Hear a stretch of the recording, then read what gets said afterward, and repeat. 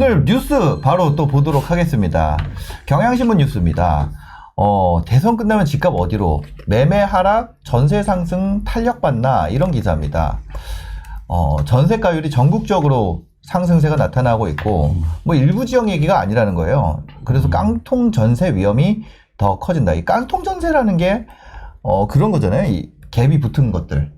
그쵸, 갭이 붙어서 심지어는 매매가보다도 전세가가 더 높다 보니까. 근데 그게 높아지는 이제 가장 큰 리스크는 처음에 살 때는 매매가가 높았어요. 근데 나중에 팔 때가 됐을 때 매매가가 떨어져가지고 전세가보다 더 낮아지게 된다고 한다면 그러면 이제 그 전세 보증금을 다 100% 회수하지 못하다 보니까 아주 세입자가 피해를 보고 그래서 이걸 주의해라. 그래서 그렇게 해서 이제 깡통 전세라는 용어가 생겼죠. 그러니까요. 그 보면은 지방이 미분양 급증하고 있고 매매 가격 하락 신호가 나오는데 서울 수도권은 좀 나은 편이라고 하네요.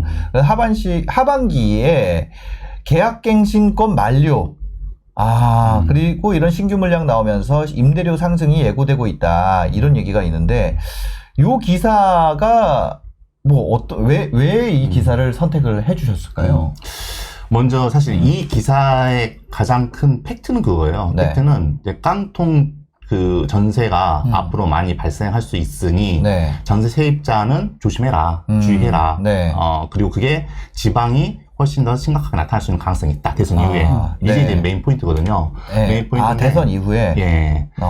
근데 이제 그 이유를 보니까 이유가 지방 매매 가격이 하락한다. 왜 하락하냐? 미분양이 증가하고 있다. 결과적으로 미분양 증가는 그 이제 매매 가격 하락의 시그널로 보고 있거든요. 왜냐면 공급 물량이 증가하는데도 불구하고 미분양이 증가하지 않다고 한다면 공급과 수요가 딱 1대1로 맞아지는 거잖아요. 그러다 보니까 가격이 하락에 대한 리스크가 없는데 이제 공급 물량이 들어왔고 입주가 됐는데도 불구하고 미분양이 계속 증가한다. 공급 물량이 점점 재고시장에 쌓이게 되는 거잖아요. 그걸로 이제 매매 가격이 하락할 수 있는 가능성이 이제 커지고 있다. 그게 지방시장에 현재 지금 나타나고 있다. 이걸 이야기하는 거고. 지금 국토교통부 내용을 보면은 이렇습니다. 1월 미분양 집계를 보면 지방 미분양은 24,000가구요. 전월에 16,000가구 대비 25.9% 늘었고, 지방 미분양은, 지난해 11월에 역대 최저였는데, 2달 연속 20%대 증가폭을 보이고 있다. 이렇게 돼 있고요. 우리 유명하죠, 이제는. 대구 같은 경우는 월, 3,600가구가 미분양돼서 전월 대비 86%가 늘었고요. 충남도 늘고, 전북도 늘고, 경남도 늘고, 그렇다고 합니다. 그래서 아파트 가격 동향을 보면은, 지방 아파트 가격은 2주 연속 보합, 6대 광역시는 하락, 5주 연속 하락했고요. 대구도 마이너스 0.11%, 16주 연속 하락이고, 지금 이렇게 하락세가 짙어지고 있다. 이런 뉴스입니다. 그리고 하반기부터는 이제 전세 신규 계약이 기간이 도래하면서, 전세가 상승이 될 거라고 하는데, 어떻게 보세요? 대선 이후에 이런 매매 시장, 전세 시장, 임대 시장 어떻게 돌아갈까요? 먼저 이제 지방 시장에 대해서 좀 말씀드리기 전에 이 기사에 대한 팩트도 좀 체크해 볼 필요가 있다고 생각해요. 팩트를 체크할 필요가 있다. 왜냐하면 이게 정말 미분양이 증가를 하고 전세 가격이 상승하는 건지, 근데 혹시 미분양이 증가하지 않는데도 불구하고 전세가만 상승을 한다는 이유만으로 어떤 선정이 됐는지, 이런 부분들을 좀 더 한번 살펴볼 필요성이 있지 않을까라는 생각이 들거든요. 그래서 제가 직접 지금 여기서 거론된 지역들을 확인 한번 해볼게요. 한번 보시죠. 저는 이제 이 지역들 중에서 이제 전북 정주시에 있는 아파트를 보니까 이게 이제 지난해 매매가가 2억 4,900에 이제 거래가 된 거예요. 근데 이제 전세가 2억 8천으로 전세가보다 3천만 원 높게 나타나는 상황이거든요. 그러면 어떻게 보면 이제 무슨 실거래가 기준이긴 하지만 그래도 어떤 최근에 거래된 가격보다도 전세가가 더 높게 나타나기 때문에 이게 역전상이 나타나는 거잖아요. 풀피라는 거죠? 어떻게 보면 이제 아는 대로 그 이제 전세 세입자 입장에서는 깡통 전세지만 이제 이거를 구매하려고 하는 매수자 입장에서는 풀피 오랜만에 보네요. 그쵸. 풀피에 대한 이야기를 하는 거죠. 해놓고 잔금 길게 잡아가지고 어차피 전세 올라오고 매매 빠지니까 이게 풀피가 된다. 그쵸. 내가 명의를 늘릴수록 돈이 생기는 마법. 그런 게 지금 좀. 그리고 아마 시청자분들 중에서도 특히 자금이 많지 않은 사람들 같은 경우에는 이거에 대해서 지금 귀가 송긋할 거예요. 근데 중요한 건 그러면 이 전주 지역에 있는 이 아파트를 앞으로 잡아야 되냐? 말아야 되냐 이런 고민할 거 아니에요. 그러니까. 왜냐하면 만약에 가격이 하락할 수 있는 가능성이 커진다고 네. 한다면 풀피만을 생각하고 접근했을 때는 내가 깡통이 되는 거잖아요. 그죠. 그렇죠. 예. 네. 근데 반대로 생각했을 때 여기가 예상대로 미분양이 증가하지 않고 네. 수요가 더 증가를 하게 된다고 한다면 전세가가 높아진 상황에서 항상 제일 법칙이거든요. 네. 전세가는 매매가보다 계속해서 높을 수가 없어요. 그죠. 예. 그러다 보니까 전세 가격 상승이 오히려 매매 가격을 밀어 올리는 상황이 발생할 수 있다는 거죠. 그렇다고 한다면 이제 방금 말씀하셨던 그 풀피에 대해서 관심 있는 사람들한테는 엄청나게 이제 눈이 반짝반짝 거릴 수 있는 그런 상황이 될 수 있는 거죠. 근데 제가 이거 갭만 보고 지방 들어가는 거 제가 2014년, 15년 이때 많이 했거든요. 2015년에 제가 했었거든요. 근데 그러다가 엄청 물린 적이 있어요. 있죠. 그게 갭이 이게 갭이 제일 붙는 순간이 언제냐면 공급이 임박했을 때 있잖아요. 제가 전주 상황은 모르겠는데 지어지고 있을 때 있잖아요. 사람들이 다 전세 사는 거예요. 그러니까 전세가가 막 치고 올라가가지고 갭은 그때는 이제 저는 전세밖에 안 봤어요. 왜냐면 갭 투자 뭐였지? 그때 책이 뭐였냐면 나는 갭 투자 300채 뭐 그런 책이 있었어요. 그렇죠. 굉장히 핫했던 책이었죠. 네. 제가 그 책을 보고 갭만 보고 그냥 들어갔다가 그때 샀던 아파트 지금까지 갖고 있습니다. 그게 봐봐 이게 왜 물렸냐면 방금 말씀하신 것처럼 입주 물량이 들어오기 전에는 사람들이 그 새 아파트에 들어가기 위해서 전세로 머물러 있어요. 맞아요. 그러다 보니까 전세 수요는 증가하는데 전세 물량은 딱 한정돼 있잖아요. 그래서 전세 가격이 높아질 수밖에 없는데 그래서 이제 매매가와 전세가 개입이 이제 줄어들겠죠. 근데 나중에 이제 입주가 본격적으로 시작이 돼버리면 이 전세로 살고 있는 사람들이 이제 그 입주 새 아파트로 다 들어갈 거 아닙니까? 그러면서 이제 가격에 대한 부분들이 하방 저지선이 무너지면서 가격이 떨어질 수밖에 없는 상황이 발생하는 거죠. 발생하기 때문에 그것도 포인트가 역시 공급 물량의 포인트가 된 거예요. 그럼 실제 지금 전주가 앞으로 공급 물량이 좀 증가를 하고 있는 상황인지 아니면 지금 언론에서 이야기했던 것처럼 미분양이 증가가 돼서 매매 가격이 하락할 수 있는 리스크가 있는 지역인지 그거를 실전 데이터를 통해 가지고 좋습니다. 해보도록 할게요. 한번 보여주세요. 이거 기대가 되네요. 아주. 그래서 오늘 제가 어디 지역을 봐야 되고 어디 지역을 컴퓨터 한번 보여주세요. 조심해야 되는지 이거를 구분 한번 해드릴게요. 그 방법 알려드릴 테니까. 전북 전주시 전주로 갑니다. 자 이제 먼저 부동산 지인이고요. 그래서 여러분들 뭐 사이트 들어가셔가지고 지인 사이트에서 확인하시면 될 것 같고 주요 지표 중에서 이제 수요 입주 이게 이제 공급 물량을 확인하는 거고 이제 미분양이 얼만큼 증가하고 있는지 그 여부를 이제 흐름을 이걸 통해서 확인해 볼 수 있는데 두 개를 킨 거네요. 두 개 켰습니다. 두 개를 켜고 지금 최근 전주시의 한번 시세 흐름을 보면요. 지금 매매가 같은 경우도 아직까지 상승 중에 있고요. 전세도 지금 현재 상승 중에 있습니다. 파란색이 매매가고 그 다음에 분홍색이 전세가죠. 지금 매매하고 전세가 지금 현재 동반해서 상승하는 모습을 보이고 있고 아직까지는 현재 지금 상승의 기류를 흘러가고 있는 그런 상황이고요. 자, 근데 전주는 보시면 지금 이게 이제 공급 물량인데 자, 공급 물량이 지금 보시는 것처럼 현재가 지금 여기가 이제 2020년이거든요. 여기가 지금 2020년에 시작된 시점인데 2022년. 제가 2022년 다시 돌아가고 싶은가 봐요. 2022년인데 지금 보시는 것처럼 지금 이 빨간 라인 있잖아요. 이 빨간 라인이 이게 연별 수요량을 말해요. 연별 수요량을 말하는 거고 그리고 지금 파란색 계단식으로 되어 있는 거 이게 지금 연별 입주량을 말합니다. 입주량 말하는데 이 연별 입주량은 지금 1년 동안에 공급되는 입주 물량이 되는 그 물건들 있잖아요. 이거를 일직선을 하나씩 다 세워놨다 보시면 돼요. 더한 거구나. 더한 거라 보시면 돼요. 더한데 이게 지금 연별 입주량과 연별 수요량을 비교를 했을 때 지금처럼 이 선이 똑같은 라인 있잖아요. 이거는 적정 수준의 입주 물량이 공급되고 있다. 이렇게 보시면 되고 그리고 작년이나 내년 같은 경우에는 오히려 연별 수요량보다도 입주 물량이 더 낮게 돼 있잖아요. 이거는 오히려 공급이 적다. 이렇게 보시면 되고 그럼 실제 전주 같은 경우에는 2018년부터 2020년 까지 이 3년 동안 공급 물량이 어마어마했습니다. 어마어마했네요. 어마어마했고 이 기간 동안에 보시는 것처럼 가격이 이렇게 조정되는 모습도 보이고 있고요. 보이고 있고 그렇지만 2021년 들어오면서 공급 물량이 이제 완전히 묶인 거네요. 완전히 이제 공급 물량이 이렇게 떨어진 거죠. 입주 물량이 떨어지기 시작하면서 지금 안정적인 공급량이 되고 있는 상황이거든요. 네. 이런 상황에서 지금 보면 미분양 봐보세요. 아, 미분양도 쫙 줄었네요. 쫙 줄고 2020년 미분양 없습니다, 지금. 네. 네. 제로네. 없어요. 없는데 매매가 대비 전세가가 더 높게 찍는다. 네. 그러면 그 단지 같은 경우에는 전세 가격이 매매가를 밀어 올릴 수 있는 가능성이 훨씬 크죠. 전주는. 예. 네.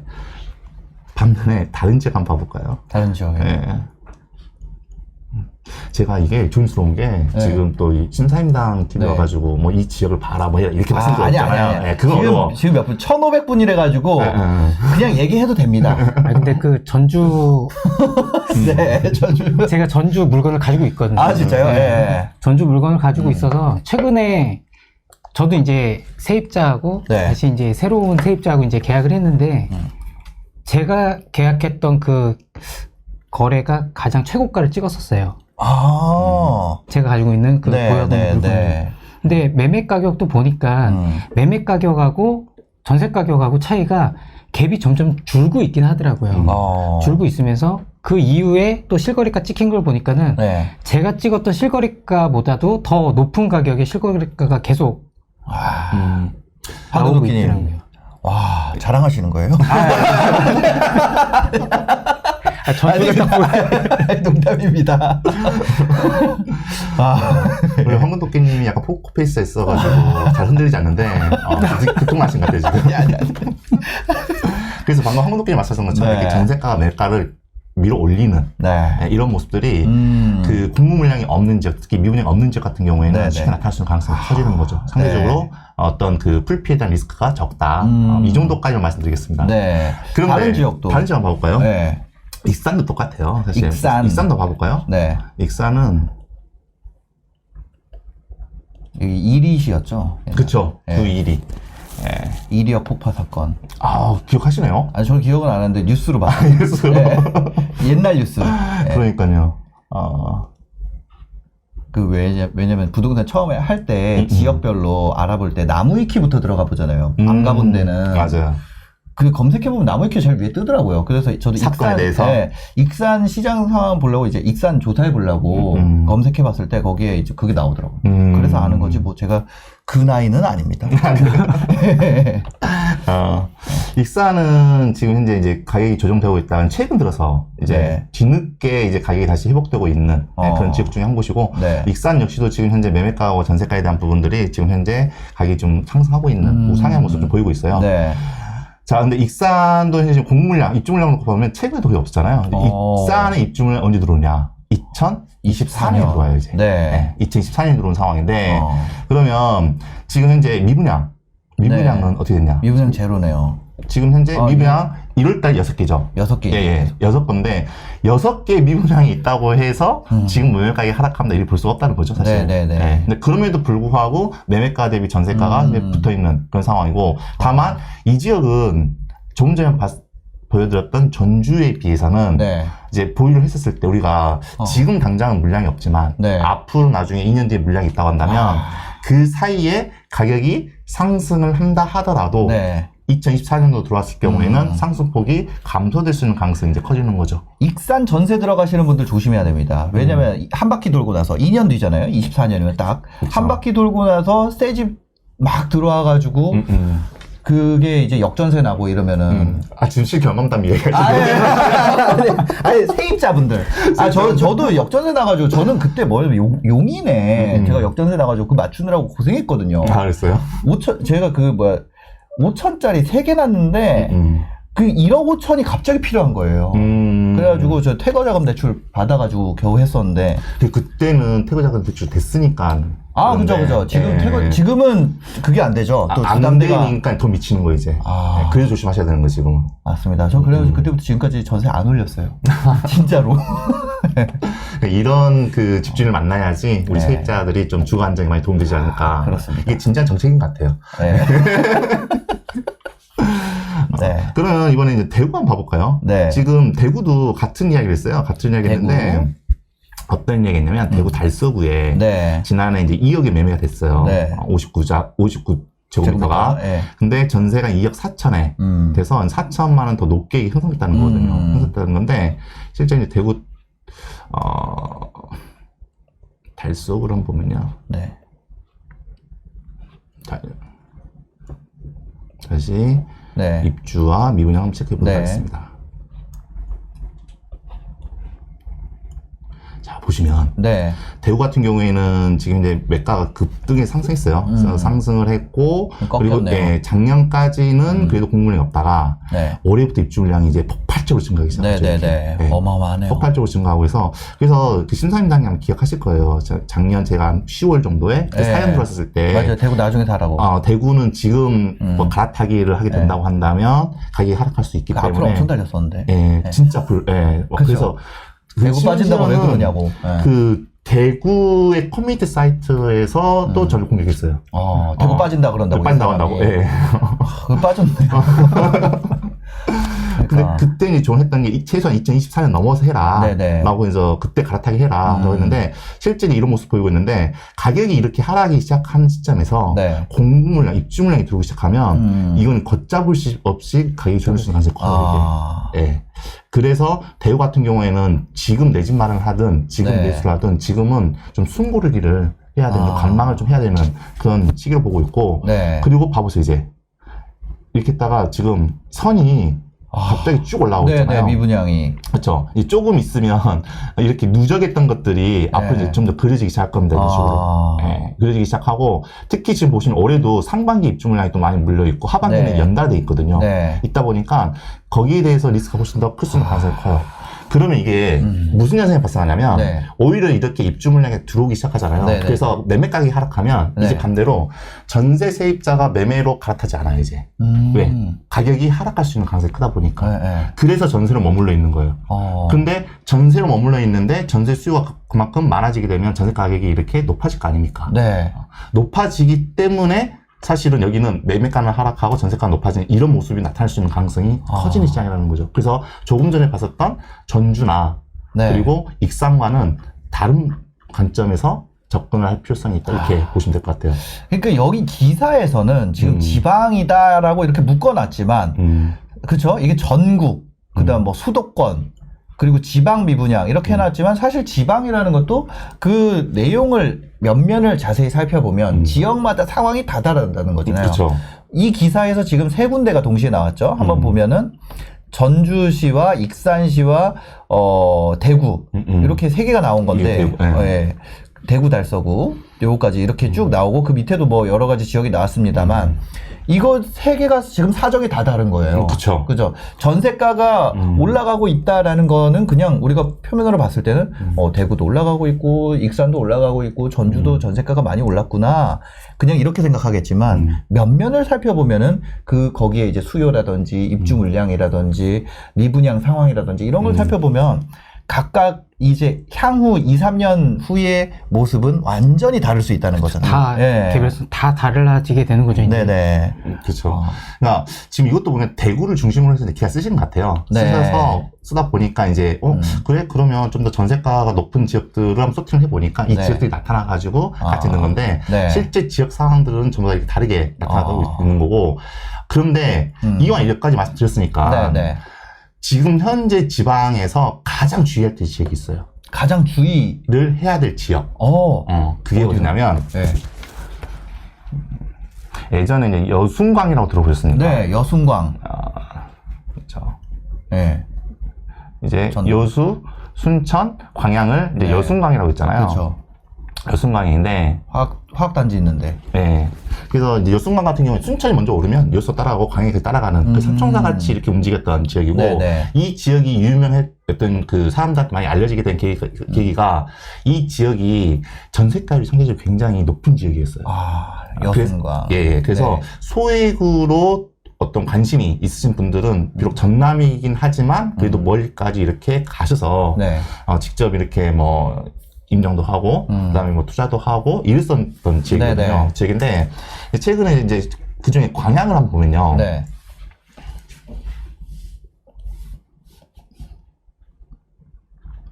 와, 뭐야. 미분양이 엄청 치고 올라갔네요. 그렇죠. 지금 현재 광양 같은 경우에는 광양도 보시는 것처럼 입주 물량이 없었을 때는 네. 매매가격이 쭉 상승했어요. 네네네. 상승했는데 입주 물량이 이제 과도하게 들어오니까 상승세가 이렇게 멈춘 현상이 나타난다는 거죠. 네네. 네, 멈춘 현상이 나타나고 그리고 나서 이제 빠지기 시작하는데 문제는 올해부터 들어오는 입주 물량 역시 연별 수요량보다 더 높게 나타난다는 그러네요. 거예요. 네, 높게 예. 들어온다는 겁니다. 예. 높게 들어오다 보니까 사실상 이 지역 같은 경우에도 지금 추가적으로 앞으로 매매 가격이 더 하락할 수밖에 없는 그런 상황이고 게다가 미분양 봐보세요. 미분양이 네. 지금 급등했어요. 예, 봐보세요. 입주 물량이 들어온 시기와 비례해서 미분양 물량이 증가한다는 것은 네. 그러면 실제 여기 있는 수요, 현재 지금 인구수만으로는 실거주만으로는 이 입주 물량 전부 다 소화하지 못한다는 반증이에요. 그렇지 않다고 한다면 미분양이 예를 들어서 네. 2021년에 들어왔을 때 2021년에 바로 발생되지 않고 네. 2022, 2023년 이렇게 발생합니다.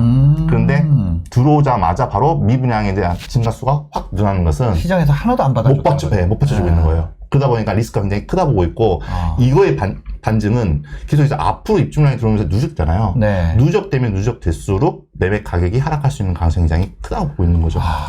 네. 따라서 그리고 또 광양 같은 경우에는 네. 지금 정부에서 유일하게 미분양 관리 지역으로 지정이 된 네, 지역 중에 또 한 곳이고요.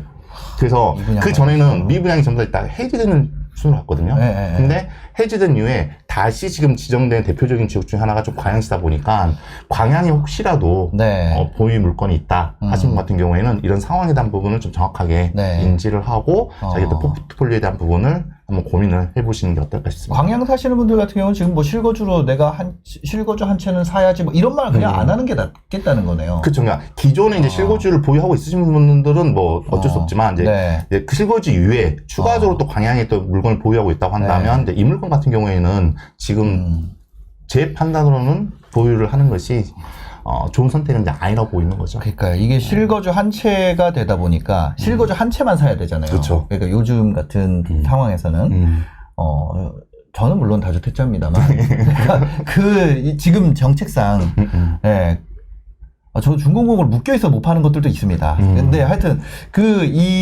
뭐라고 해야 될까요? 내가 광양에 살기 때문에 내가 한 채를 사면은 내가 어쩔 때는 지금 같은 상황에서는 가난해지는 거고 뭐 예를 들면 똑같은 전라도지만 전주에 산다는 이유로 그 산부는 뭐 돈을 버는 거고 그냥 완전 복불복이 돼버리잖아요.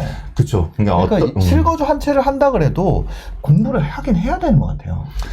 그거는 진짜 100번 강조해도 사실 지나침이 없다고 생각하고 있는데 사실 그 공부라는 것이 뭐 우리가 뭐 학위를 따려고 하는 게 아니잖아요. 그죠. 근데 적어도 내가 관심 있는 지역에 대해서 무엇을 봐야 될지 뭐 최소한 공부과수 이건 진짜 기본적인 기본이거든요.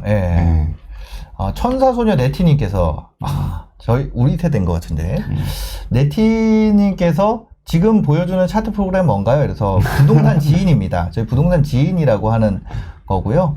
예, 그렇습니다.